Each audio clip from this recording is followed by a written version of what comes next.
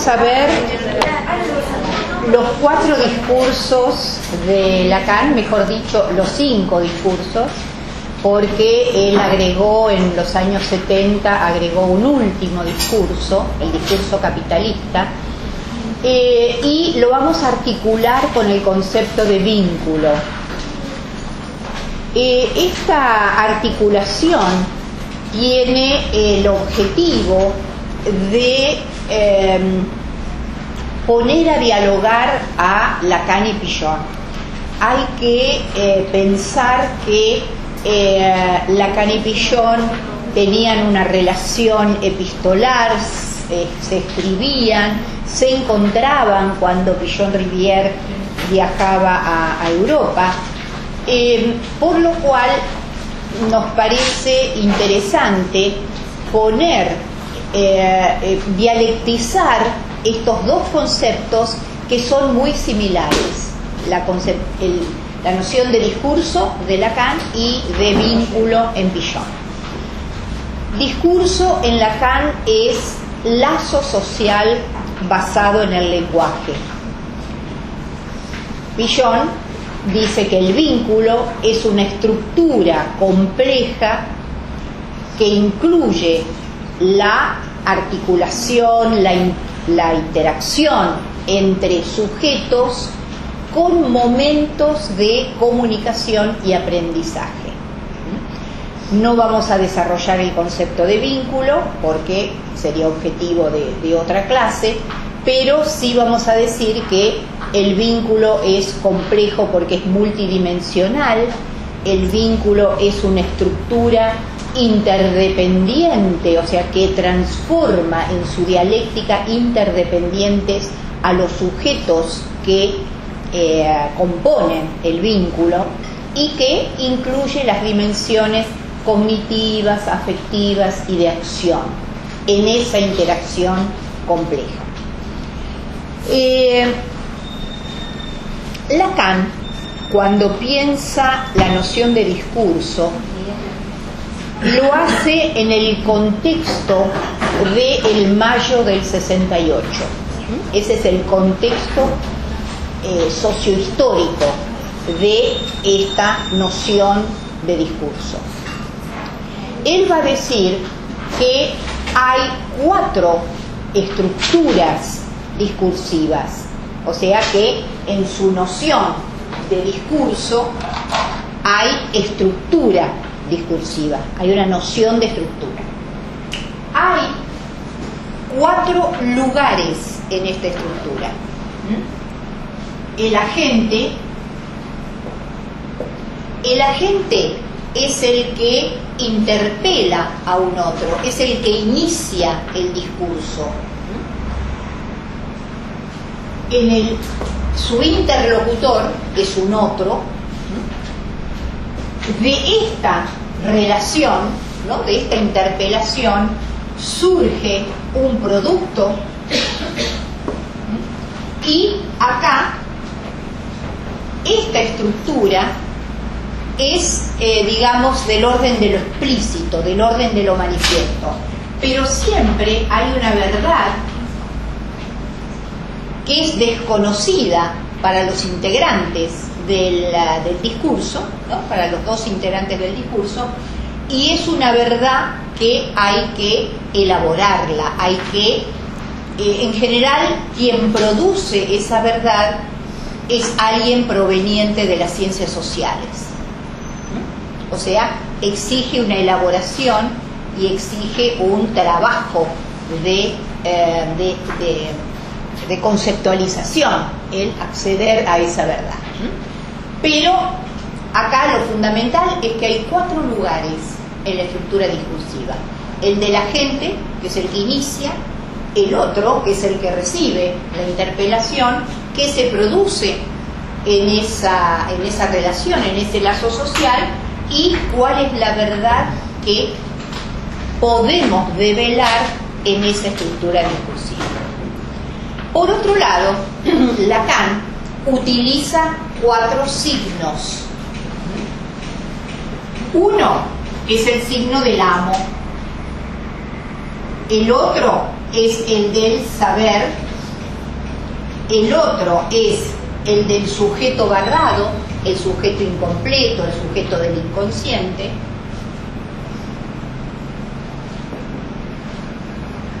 Que por otro lado es la definición de sujeto de por sí. Y el objeto A. El objeto A, Lacan dice que es el único concepto totalmente original de él y tiene múltiples significados. Puede significar resto, puede significar falta, puede significar goce, puede significar plus de goce. No voy a desarrollar el objeto A porque realmente es muy largo y muy complejo, pero sí yo creo que vamos a ir viendo los múltiples sentidos del objeto A cuando veamos las estructuras discursivas. Lacan dice que la estructura discursiva básica es el discurso del amo. Cuando decimos amo, hay que pensar el amo antiguo, el amo medieval, el amo que tiene esclavos. Es el amo antiguo. Entonces, acá está el amo. El significante amo como agente. Es el que ordena al esclavo, que es el otro,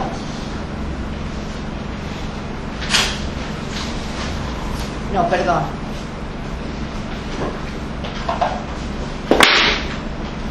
La estructura del amo es acá hay un saber, acá y acá. Entonces, el amo interpela al esclavo, que es quien tiene un saber.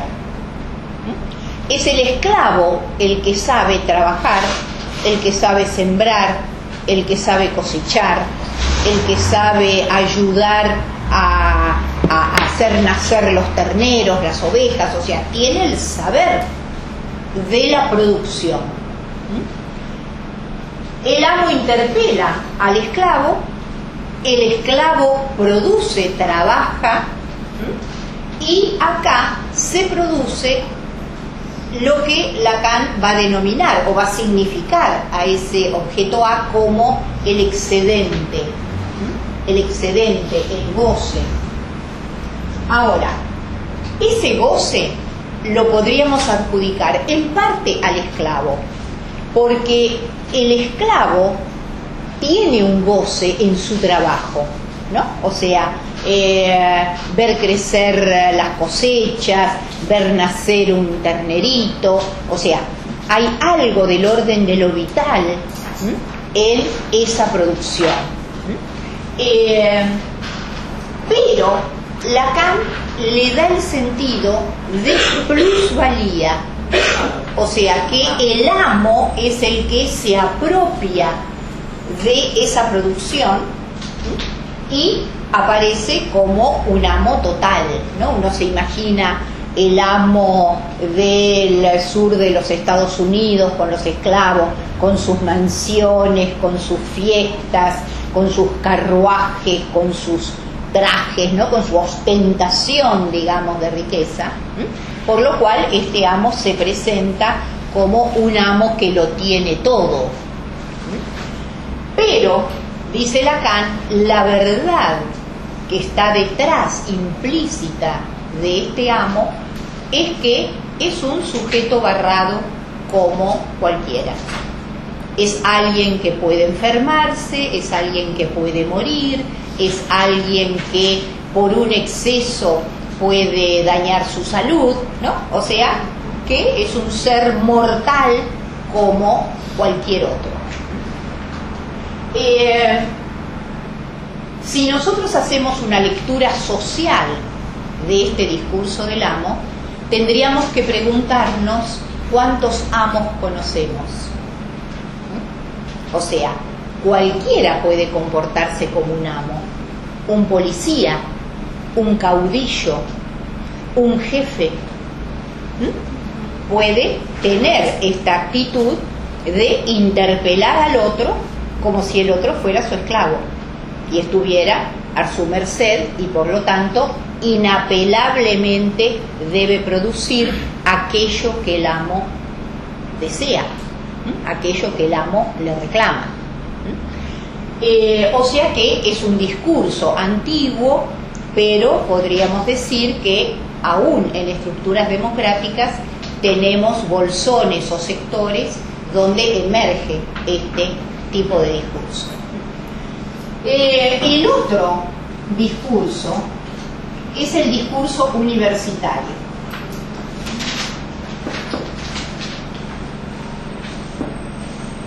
El discurso universitario se logra girando esta estructura de manera contraria a las agujas del reloj. Entonces tenemos acá el S2, tenemos acá el A, tenemos acá el sujeto barrado y tenemos acá el amo. Entonces, ¿qué significa este discurso universitario? Hay alguien, el profesor, que es poseedor del saber. Tienen que pensar en el aprendizaje tradicional, tienen que pensar en la educación bancaria de Paulo Freire. O sea que hay alguien que se posiciona como poseedor de todo el saber. Por lo cual interpela a un otro, a un alumno, que no tiene nada, es un resto. Como dice Freire, es alguien que está vacío y que el profesor le tiene que depositar, como si fuera un banco, ese conocimiento y ese saber del cual él es el poseedor. Lo que dice Lacan es que detrás de este alumno es interesante pensar alumno como sin luz, ¿no? A como la carencia, indicando la carencia, y lumno como lumière, como luz. O sea, es alguien que no tiene luz. El siglo de las luces, ¿por qué se llama el siglo de las luces? Porque el conocimiento es identificado con iluminar, digamos, un sector de la realidad. Pero debajo, ¿qué es lo que se produce? ¿No? Ahí lo que se produce es la presencia de un sujeto deseante. O sea, esta concepción de que el alumno carece y que por lo tanto tiene que mimetizarse con lo que el profesor le dice, con ese conocimiento, lo que produce es un sujeto que está escindido de su deseo, está escindido porque no es cierto que el estudiante carezca de conocimientos. Pero, dice Lacan, el discurso universitario lo que intenta es poner a todos los estudiantes en serie, ¿no? Todos tienen que saber lo mismo, todos tienen que repetir lo mismo, y si dicen lo que el profesor le gusta, lo que él dijo, la perspectiva y demás, mejor le va a ir en la materia. Entonces, este discurso lo que produce son síntomas, porque Lacan dice, es muy habitual que cada tanto haya una protesta de los estudiantes por alguna razón. O sea que hay un sujeto deseante, hay un sujeto pensante, hay un sujeto activo, hay un sujeto que se compromete, aunque en el discurso es considerado por este profesor como vacío. Ahí sería como que el sujeto barrado lo considera el profesor sobre el alumno, no el alumno mismo. No, acá el alumno lo que produce son síntomas, porque es un sujeto deseante. Entonces protesta, rebeldía, ¿no? Aparecen síntomas de rebeldía, de protesta, porque es un sujeto deseante, no es un sujeto vacío. Es un sujeto que tiene sus opiniones, que tiene sus perspectivas, que tiene sus convicciones. Ahora, ¿qué dice Lacan? ¿Cuál es la verdad que está debajo de este profesor universitario? Que es un amo. Se comporta como un amo, ¿no? Donde el otro tiene que obedecer, tiene que ponerse en serie, tiene que estudiar esa bibliografía, tiene que decir lo que a él le gusta.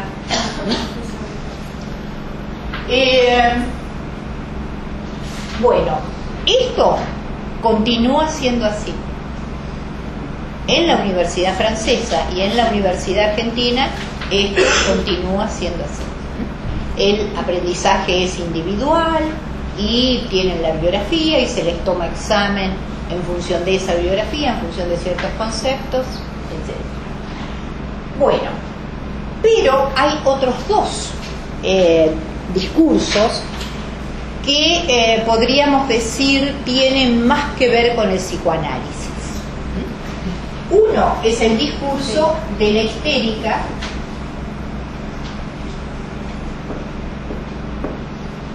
en el discurso de la histérica hay alguien que es un sujeto barrado, es un sujeto a quien le pasan cosas que provienen de su inconsciente, ¿no? Uno puede imaginar a una histérica yendo al consultorio de Freud, por ejemplo, diciéndole, yo no sé qué me pasa, pero toso todo el tiempo, me dicen que tengo tos nerviosa, pero yo no lo puedo evitar, dígame qué me pasa. Entonces, este agente, esta histérica que interpela, ¿a quién interpela? Interpela a un amo, nada más ni nada menos que a Freud. Y lo interpela preguntándole, ¿qué me pasa? Usted que es amo, dígame. Usted que lo tiene todo, dígame, ¿qué es lo que me pasa? Como Freud no sabe lo que le pasa, produce un saber. Y produce respuestas. Por eso se dice que el psicoanálisis tiene una gran deuda con las histéricas de Freud, con las pacientes, que fueron en realidad las histéricas, las que obligaron a Freud a construir el psicoanálisis. Pero este es un amo moderno, es un amo que trabaja. Así como el amo antiguo hacía trabajar, este es un amo moderno que está interpelado por carencias, desafíos, y por lo tanto tiene que trabajar y tiene que producir un saber. Ahora, ¿qué es lo que está debajo de la histérica como verdad? Que hay un goce en el síntoma, que hay algo del síntoma que la hace gozar y que por lo tanto va a resistir a ese saber del psicoanálisis. Va a haber una resistencia a abandonar esa porción de goce que tiene el síntoma. Bueno, vamos a ver el discurso del analista.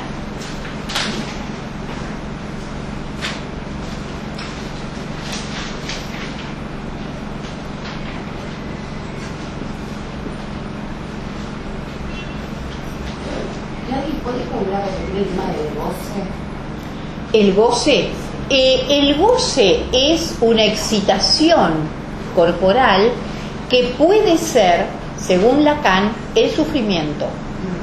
Que el sufrimiento es una excitación corporal que es goce.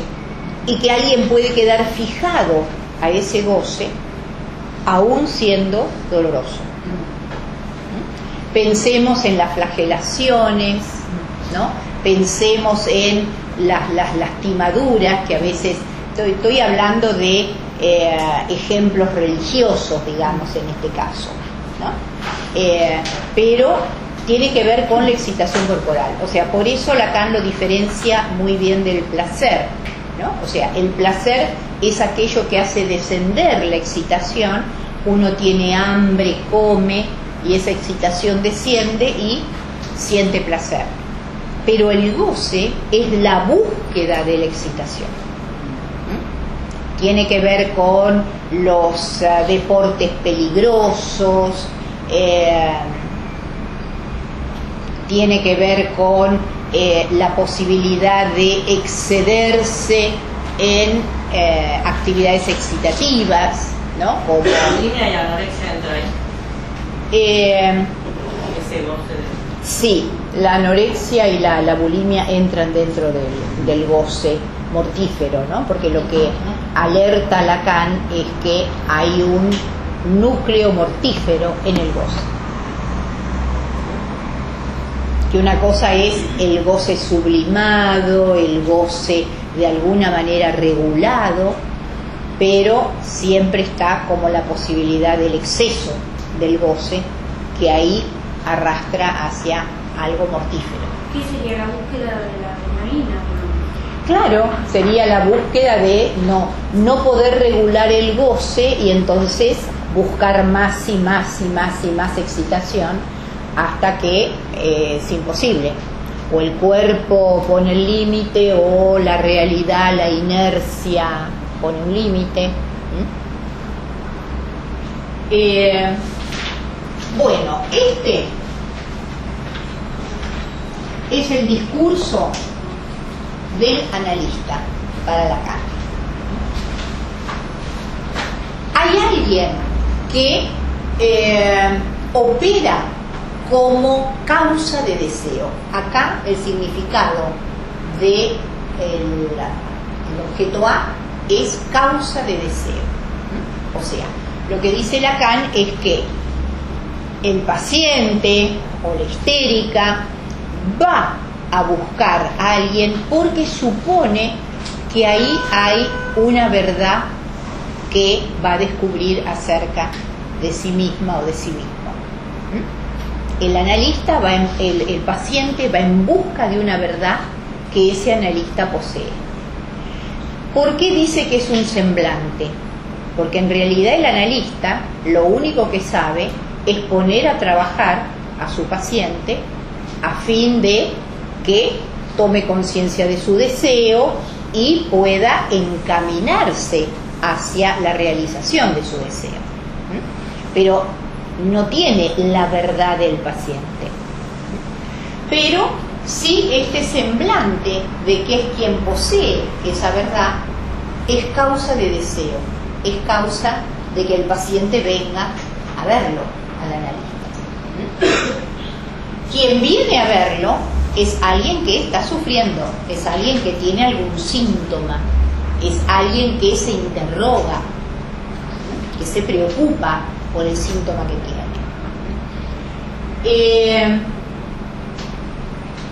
Hay una linda conceptualización de Lacan donde dice que el analista es como el ágalma. El ágalma es una palabra griega que designa una caja que puede ser muy rústica, pero que adentro tiene algo valioso.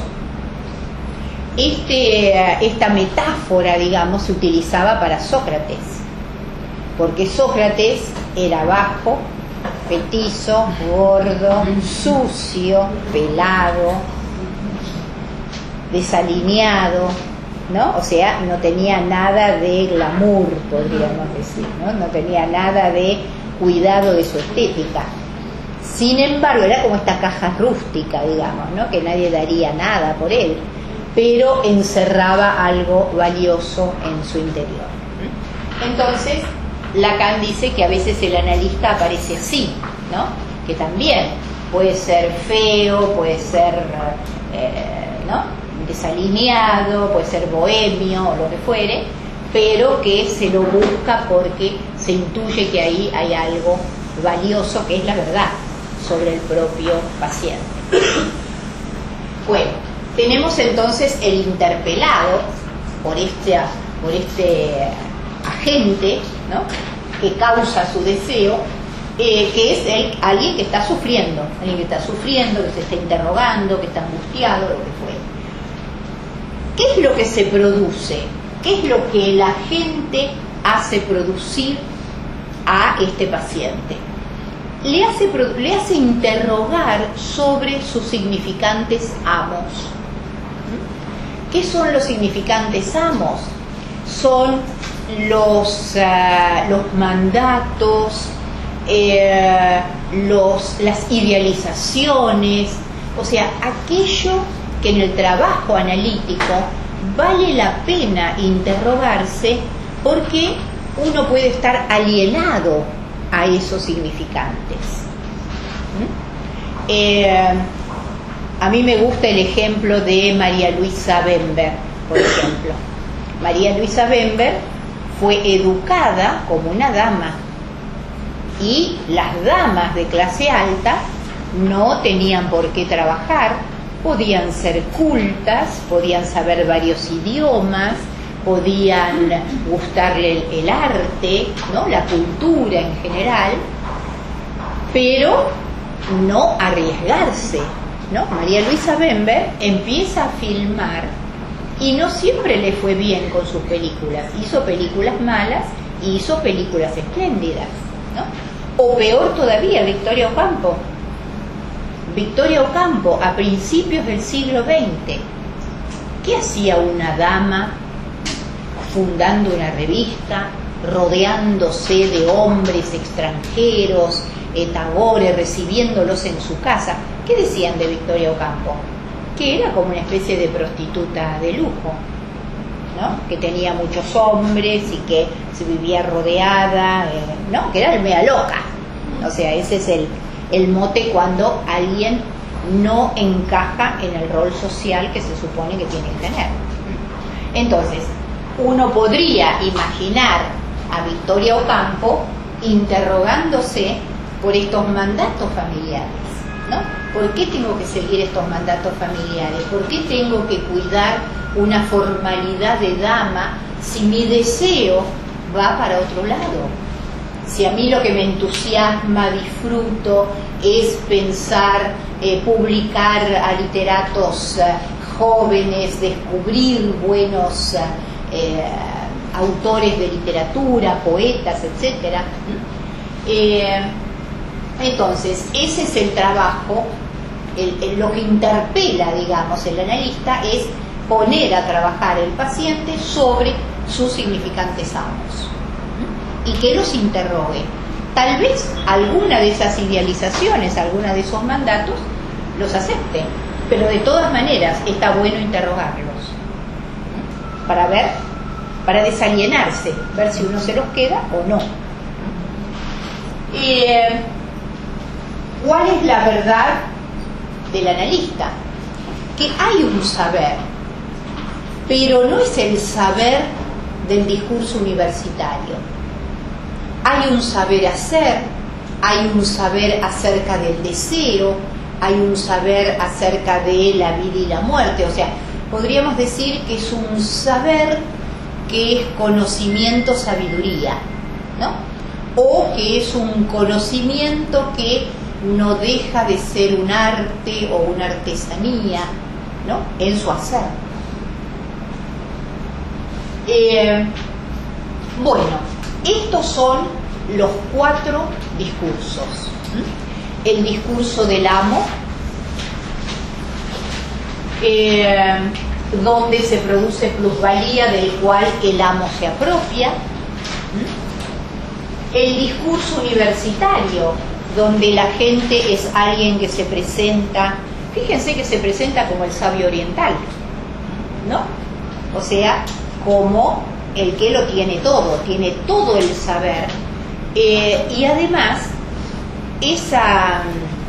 o sea, hay una crítica del aprendizaje tradicional que a mí me gusta mucho, que es cómo el aprendizaje tradicional identifica autoridad con verdad. ¿no? Porque se supone que esta autoridad del señor profesor, ¿no?, universitario, además porta la verdad, cosa que no es así. Para Villon, la verdad es algo que se produce colectivamente, es algo que lo produce un grupo, que se produce en una estructura vincular puesta a producir.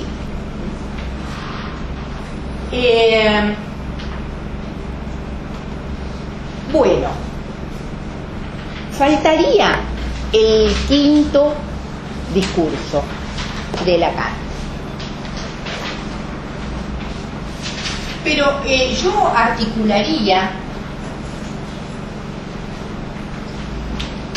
articularía primero estas estructuras vinculares al concepto de vínculo en Villon-Rivière.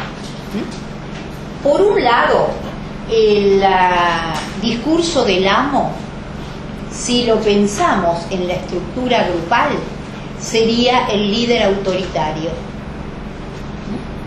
El líder autoritario que fue investigado por Kurt Lewin y que Villon-Rivière lo toma, una autoridad, digamos, que se trata a los demás como esclavos, en el sentido que les exige obediencia, y lo que dice este discurso, lo que apunta Villon-Rivière, es que la producción puede ser un goce para quien ejerce toda la autoridad, pero que en realidad la producción es pobrísima. O sea que el líder autoritario no logra una buena producción. O sea, esto es lo que comprueba la investigación de Lippitt y White, que son del equipo de Kurt Lewin, en su investigación acerca de los liderazgos. O sea que producen restos o producen cosas desechables. No hay una producción vital, no hay una producción fuerte, lúcida, sino que es una pobre producción. El líder autoritario. Bueno, podríamos decir que sí, que el líder autoritario se cree que es un líder, pero que en realidad su función está fallida.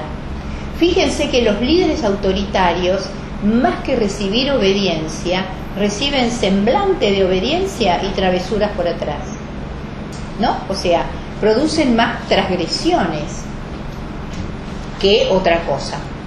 No hay nada más gozoso para un alumno que hacerle una travesura o hacerle fallar al líder autoritario.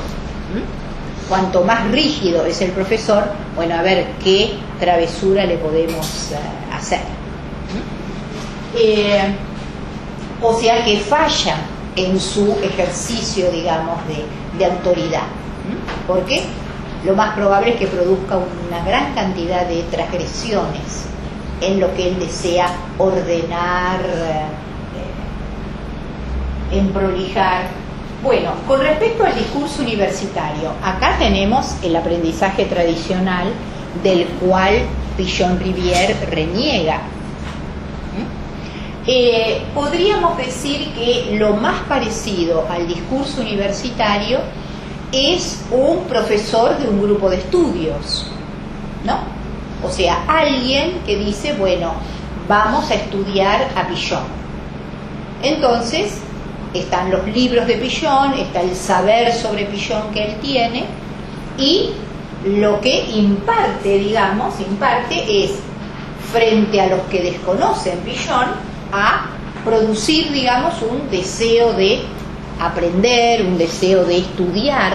Pero acá también aparece qué es lo del aprendizaje tradicional, que hay que estudiar algo del orden de la conceptualización y aprender qué es lo que Villon-Rivière produjo. Es interesante ver cómo Villon-Rivière articula el aprendizaje tradicional, ¿no? Porque hay un momento de clase, hay conceptos, hay artículos, hay bibliografía, pero esto no está para ser repetido. Para Pillon-Rivière, estas conceptualizaciones son conceptos instrumentales para pensar. Hay que aprenderlos, pero el sentido no es tener un conocimiento abstracto para repetirlo conceptualmente, sino que es aprenderlo porque son operativos, porque son instrumentos conceptuales para producir un saber que pueda ir más allá de lo que el profesor dijo, de lo que el docente dijo. Son instrumentos para pensar, para crear, para producir algo del orden de lo inédito o de lo no pensado hasta ese momento.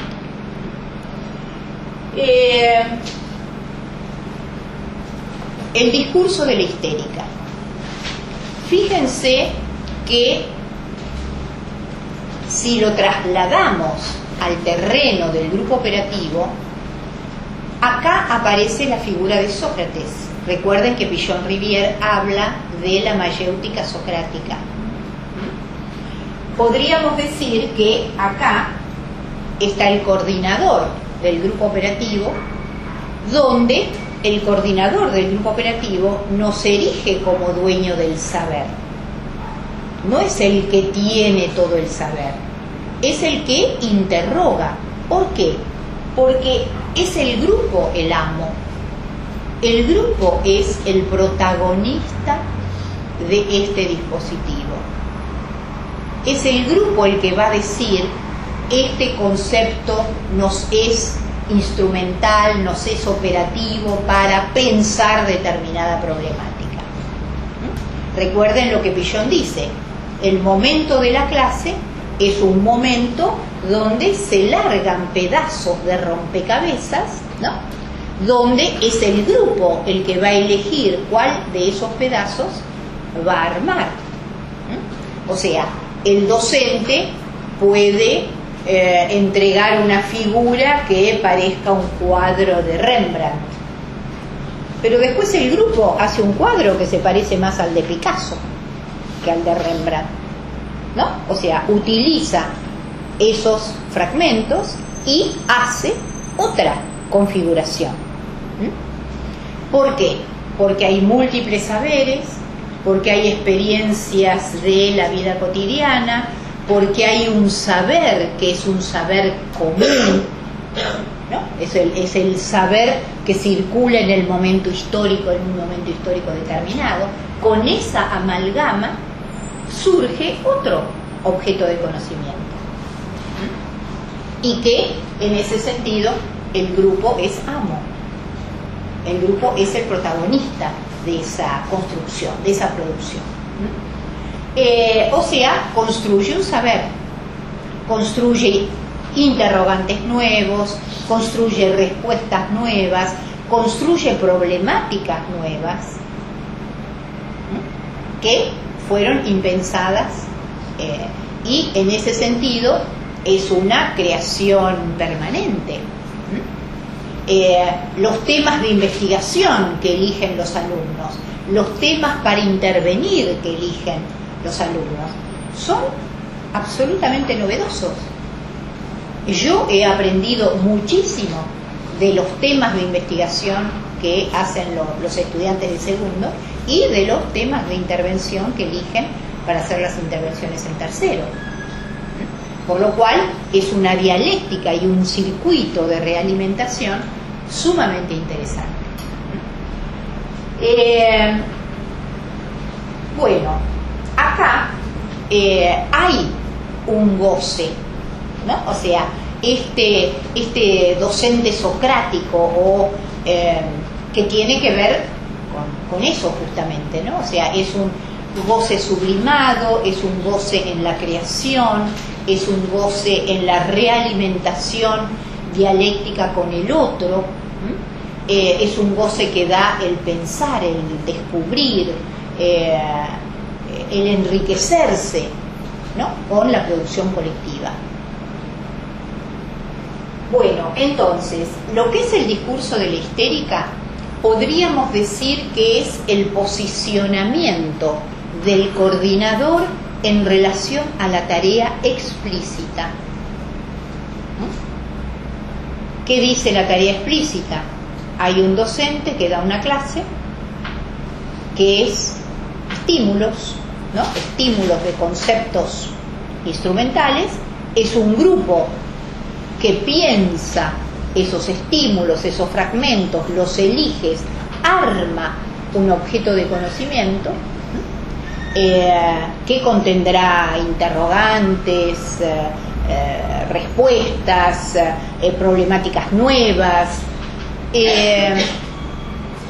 y que es el que va a construir un saber que vuelve, digamos, ¿no? Esto hay que concebirlo como una dialéctica. El coordinador básicamente no está en la posición del que sabe, ¿no? Es más una posición de que interroga, de que invita, de que promueve un saber. Es una posición socrática en ese sentido. Este protagonista entonces construye un saber que tiene que volver, ¿no? En este caso faltaría el docente, que tiene algo de universitario, porque la clase intenta dar conceptos, dar definiciones, ¿no? Transmitir una teoría coherente, sistematizada, pero Villon dice también es fallida. Por más que se intente dar una clase totalmente coherente, siempre va a fallar, siempre va a ser fragmentos. Pero sí rescata esos interrogantes, esas cuestiones, para seguir el circuito, digamos, de reflexión. Porque Villon dice, en última instancia, es para aprender a pensar, aprender a aprender. Pero toda la estructura, desde el docente, el coordinador y los estudiantes. Entonces, el discurso de la histérica lo tenemos que asociar con el momento de la tarea explícita. Hay algo en los roles prescriptos que indica que hay que producir un saber inédito, un saber nuevo, con interrogantes nuevos, con problemáticas nuevas, pero está este circuito que invita a producir. Ahora, también, dice Pichon-Rivière, hay una tarea implícita en el grupo operativo. ¿Cuál es la tarea implícita? La tarea implícita es ver qué sucede con el esquema referencial de los integrantes del grupo. Porque ¿cuál es el objetivo de la tarea implícita? Elaborar las ansiedades, dice Pichon-Rivière. Todo cambio, todo conocimiento nuevo produce una elevación de las ansiedades, ¿no? La ansiedad a la pérdida, la ansiedad al ataque, pero eleva las ansiedades todo lo nuevo. Entonces, Pichon-Rivière dice, el grupo operativo, en su circulación de comunicación, en la heterogeneidad de sus integrantes, en las múltiples perspectivas que se van enlazando, se van dialectizando, es un dispositivo que va complejizando el esquema referencial, y al complejizarlo lo va flexibilizando y va haciendo un esquema referencial más tolerante frente a lo nuevo y frente a lo diverso y frente a lo complejo. Entonces, la tarea implícita lo que apunta es a que el esquema referencial de cada integrante se enriquezca, se complejice, se vuelva más flexible, más permeable frente a lo nuevo y más instrumentado frente a lo nuevo. Porque Pichon dice, un esquema referencial que pudo procesar una situación de cambio, una situación novedosa, y que resultó, digamos, como triunfante, podríamos decir, o habiendo resuelto esa contradicción nuevo-viejo y habiendo incorporado lo nuevo de manera dialéctica, es un esquema referencial más rico y con más capacidad de enfrentar nuevos cambios. Tiene más instrumentos, mejor disposición a enfrentar lo nuevo, futuro que va a venir. Ahora, acá es interesante porque Pichon-Rivière le interesa no solo conceptualizar las vicisitudes subjetivas del proceso de cambio, qué le pasa a un sujeto cuando enfrenta un cambio estructural, sino que crea un dispositivo, el grupo operativo, que se hace cargo de esta subjetividad epocal, porque todos somos sujetos de la modernidad, todos somos sujetos de un mundo en cambio. Entonces, Pichon-Rivière es como si nos dijera, bueno, hay que hacerse cargo de esa subjetividad, hay que hacerse cargo de qué le pasa a esa persona cuando enfrenta una situación de cambio, de modificación. Por eso el grupo operativo aparece como un gran dispositivo para este enriquecimiento del esquema referencial, esta complejización, contar con más instrumentos, digamos, para enfrentar un mundo en cambio, para enfrentar un mundo que nos desafía con constantes situaciones de cambio. Entonces, esa es la tarea implícita, es lo que el coordinador va de alguna manera leyendo, ¿no? O sea, bueno, esta circulación, esta dialectización del discurso, del diálogo, de la interacción, avanza hacia una dialectización también de los esquemas referenciales, ¿no? O hay algún obstáculo, algo que está impidiendo ese enriquecimiento. Entonces, acá también aparece el coordinador como con un semblante de saber, como un semblante de alguien que contiene una verdad. Una verdad que se busca, ¿no? O sea, me interesa lo social, quiero tener instrumentos para conocer lo social, me interesa saber hacer con los grupos, me interesa saber hacer con las organizaciones, con las comunidades, ¿no? O sea, hay algo que es del orden del deseo, ¿no? Que trae a un grupo operativo.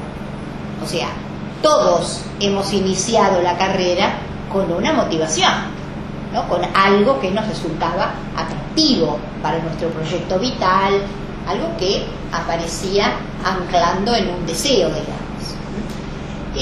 Ahora, ¿cuál es? ¿Qué se produce? ¿Qué se produce ahí?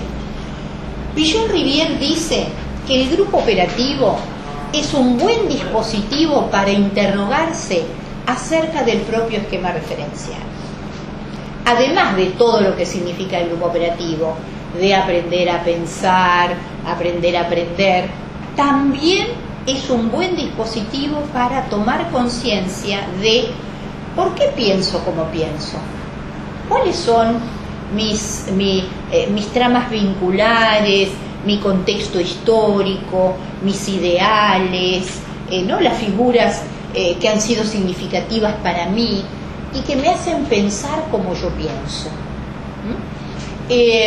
¿Por qué yo tengo una determinada sensibilidad hacia determinadas cosas y hay otras cosas que no me importan, ¿no?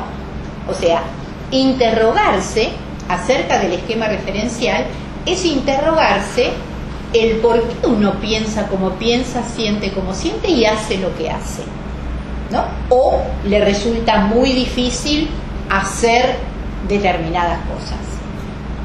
Acá no hay un mandato, no hay un deber ser, pero sí hay un interrogante. ¿Por qué este interrogante? Porque cuanto uno más se conoce en sus posibilidades, en sus recursos y en sus limitaciones, más objetivo es cuando va a aproximarse a una investigación o a una intervención. Cuanto uno más sabe las herramientas con las que cuenta o con aquello que le va a resultar muy difícil abordar, puede tener una relación más dialéctica teniendo en cuenta los recursos y teniendo en cuenta los límites, porque uno no lo puede todo, ni lo sabe todo, ni lo puede todo, ni todo le importa de la misma manera. Entonces, uno tiene que elegir, por ejemplo, un campo de investigación. Bueno, es bueno que elija algo que lo motiva, que elija algo frente a lo cual tiene recursos para investigar, que es algo que esté en el orden de aquello que lo sensibiliza, que le importa, y que tenga recursos para hacer, digamos, en ese campo. Por eso el discurso del analista es el discurso de la tarea implícita.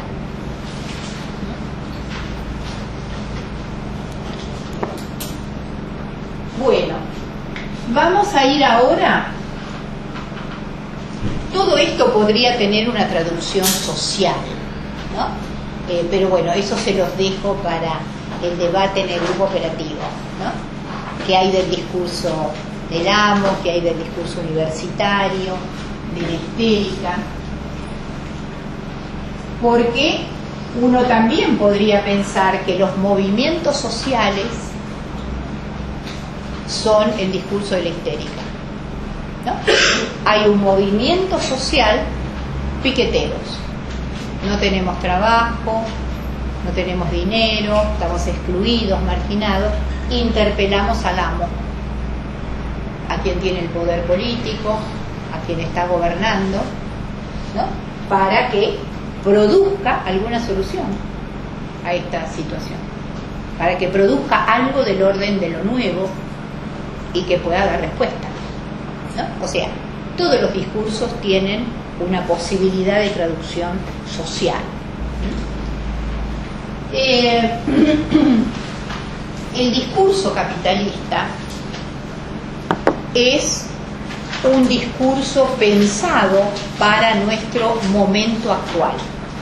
Nuestro momento actual sociohistórico tiene que ver con el capitalismo de consumo y el capitalismo financiero.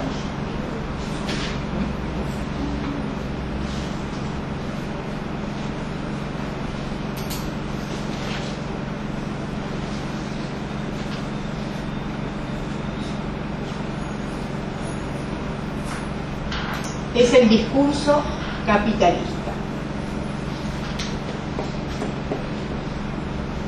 De nuestro momento histórico actual. Hay un sujeto que tiene una inquietud, que desea algo y interpela a alguien que sabe, pero ese que sabe solo vender. Y aparece la posibilidad de un goce, ¿no? Supónganse, hoy estoy deprimida, ¿no? Aparece una inquietud, estoy deprimida, ¿qué hago? Y me voy a la peluquería, me corto el pelo y me hago un peinado nuevo, me voy al shopping, me compro un vestido nuevo, una remera nueva, me compro unos zapatos con una plataforma más alta, entonces me veo más alta. O sea, va a alguien que sabe vender. Ahora, ese goce que se obtiene es un goce momentáneo, es un goce que dura un rato, un día. Después ya se lavó el vestido y ya no es lo mismo de lindo, y las plataformas resulta que se despegaron, y no, ya, y una vuelve a hacer lo mismo.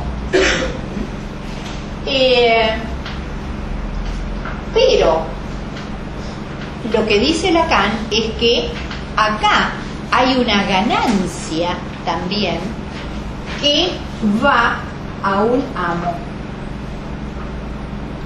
O sea, que lo que rige toda esa estructura es un amo, y que no es el amo que debajo tenía límites. Es un amo que no tiene límites. Puede ser todo lo ambicioso que quiera, puede tener todas las riquezas que quiera y aún más. Y el gran problema de esta estructura es que no hace lazo social. Acá el lazo social no existe. Existe un individuo que tiene una inquietud, pero en vez de pensar, interrogarse sobre esa inquietud, va y compra, va y consume, ¿no? Porque se supone que ese consumo le va a llenar la carencia, ¿no? Y goce, produce una ganancia, digamos, ¿no? Propia y ajena, pero esto está comandado por un amo insaciable, un amo que no conoce límites a su ambición, que es nuestro momento histórico actual. El capitalismo financiero no produce nada, y es más, porque el que produce es el capitalismo productivo, es el empresario que pone una fábrica. Ese produce objetos que se van a consumir, pero esto apunta más a que este objeto logrado es una mercancía, no es algo del orden de el goce, lo que va a disfrutar, etcétera. Es una mercancía que dura un tiempito Y que no abarca lo social. y que no hace lazo social. Bueno, es lo que estamos viendo en Europa, ¿no? El capitalismo financiero, las grandes cantidades y millones y miles de millones de euros, ¿a dónde van? Al banco. No van a la población, no van a ayudar a las empresas para que no cierren, no va a darle dinero a la gente para que la gente pueda consumir, comprar y mover el comercio. Entonces, ¿le sacamos la casa? No importa, que se jorobe, ¿no? Que la pierda. Por eso está este amo que no tiene límites, que no es este amo. Es un amo cuya ambición es ilimitada. Bueno, muy bien.